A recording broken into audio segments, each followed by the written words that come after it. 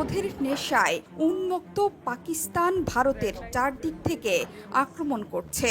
জম্মু, পাঞ্জাব, রাজস্থান জুড়ে এখন শুধুই মিসাইল আর ড্রোনের আঘাত।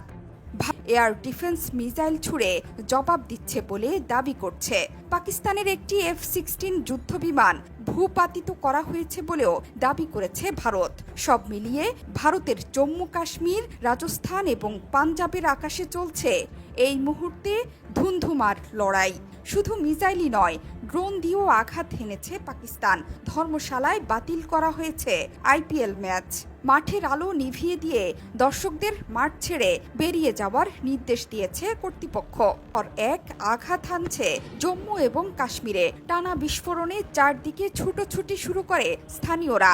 এর আগে বেজে ওঠে সতর্কতামূলক সাইরেন। আখনুর সাম্বারের মানুষ দেখছেন কিভাবে উড়ে আসছে একের পর এক মিসাইল আর ড্রোনের স্রোত, যেগুলো পাকিস্তানের আকাশসীমা পেরিয়ে এসে পড়েছে ভারতের স্থাপনায়। এসব এলাকা পুরোপুরি ব্ল্যাক আউট করে দেওয়া হয়েছে।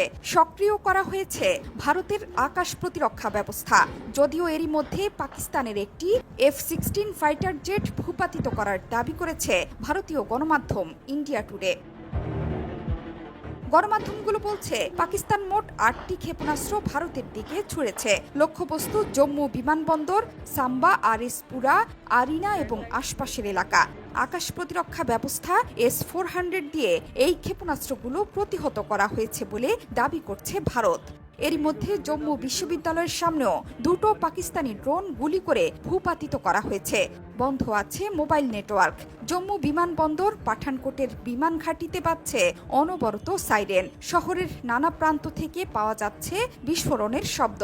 একটি ড্রোন আঘাত এনেছে জম্মু বিমান ঘাঁটিতেও। সর্বোচ্চ সতর্কতা জারি হয়েছে শ্রীনগর বিমান ঘাঁটিতে। উত্তরাখণ্ডেও আঘাত এনেছে পাকিস্তানের মিসাইল ব্যারেজ। জম্মু, পাঠানকোট ও পুঞ্চে টানা সাইরেন বেজে চলেছে। ভারতের হামলার বদলা নিতে বুধবার গভীর রাতে ভারতের 15 জায়গায় সেনা ছাউনিকে টার্গেট করেছিল পাকিস্তান। জোহরা চৌধুরী সেতু, 71।